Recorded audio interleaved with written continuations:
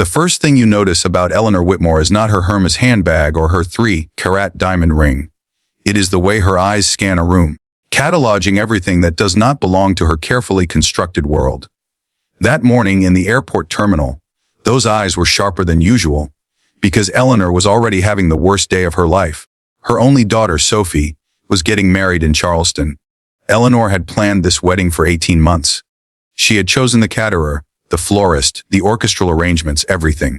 2 weeks before the event, Sophie informed her parents that she and her fiancé had changed their minds.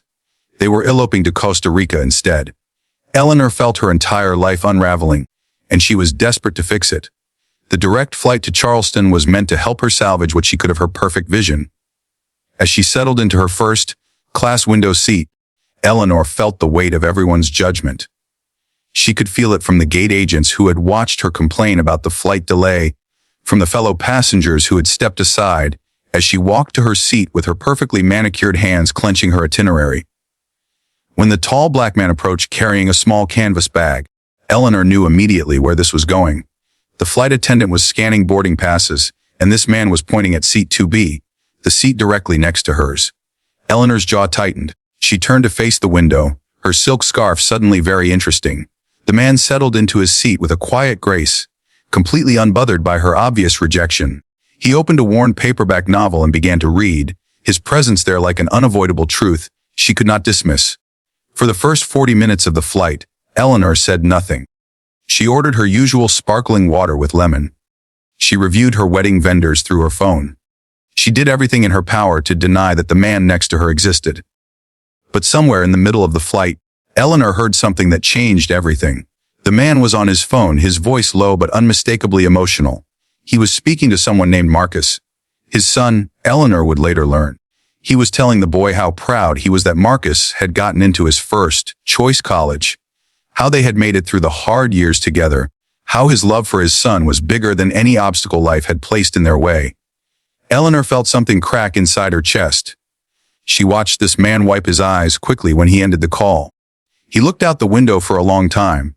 When he finally noticed her looking at him, he smiled, not with judgment but with the understanding that comes from genuine human suffering. His name was David, he told her. He worked as a social worker in Detroit. Eleanor found her own words coming out before she could stop them. She told him about Sophie, about the wedding, about the feeling that her entire world was collapsing because nothing had gone according to plan. She told him things she had not told anyone else, about the pressure she put on herself to be perfect, to have everything controlled, to never show vulnerability. David listened the way few people ever listen, with his full attention and without judgment. When she finished, he told her his own story. He told her about raising Marcus alone after his wife passed away when Marcus was 3. He told her about years of struggling financially, about never being able to give his son the material things Eleanor took for granted.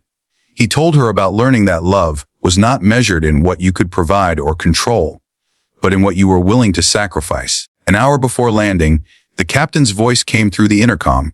"We are experiencing a medical emergency," the captain said, his voice steady but edged with something that made the cabin go silent. "We have a passenger and coach who is having a severe allergic reaction. We have medical equipment on board, but we need a physician. Is there a doctor on this flight?" Eleanor watched as David stood up immediately, still in his jacket. He walked to the back of the plane. She realized then what he must do, what he must see every day in his work. She realized that this man, who she had spent hours refusing to acknowledge, was someone who ran towards suffering instead of away from it. 20 minutes later, David returned. The woman in coach, he explained to Eleanor quietly, was stabilized. An off-duty nurse had helped. They would land in Charleston, and the woman would get proper care at the hospital. The captain made the announcement a few minutes later, his voice different now, full of something that sounded like gratitude.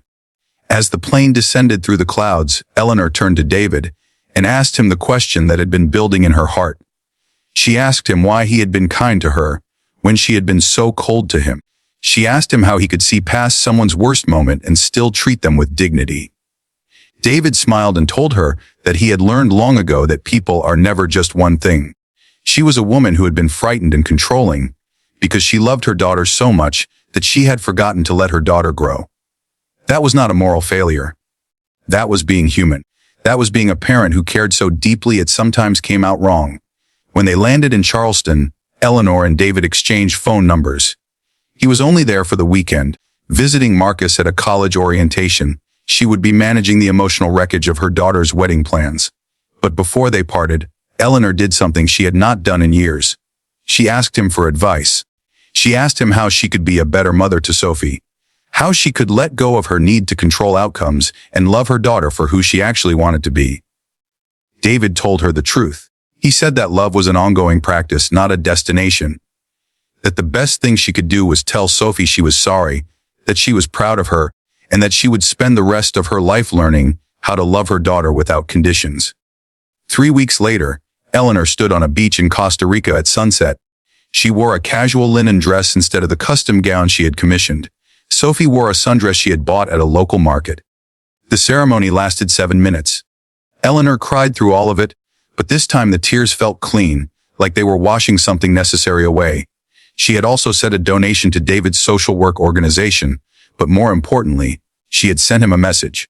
She told him that she was sorry for the person she had been at the beginning of their flight. She told him that he had changed her life by simply being kind when she did not deserve it. David's response was simple. He said that she deserved kindness just like everyone else does. He said that grace is not something we earn through perfection. Grace is something we receive and then learn to pass on.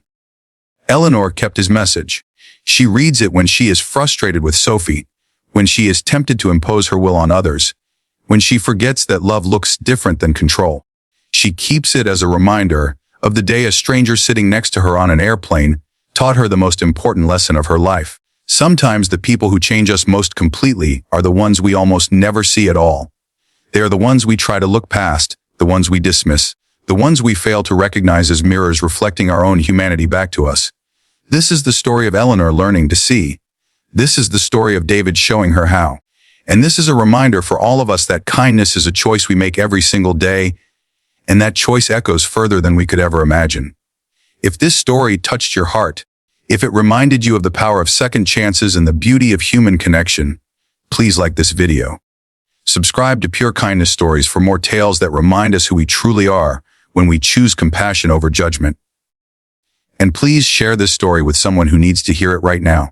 Because somewhere out there, someone is learning how to see beyond their fear, just like Eleanor did. And maybe, just maybe, your sharing this story will be the moment they finally do.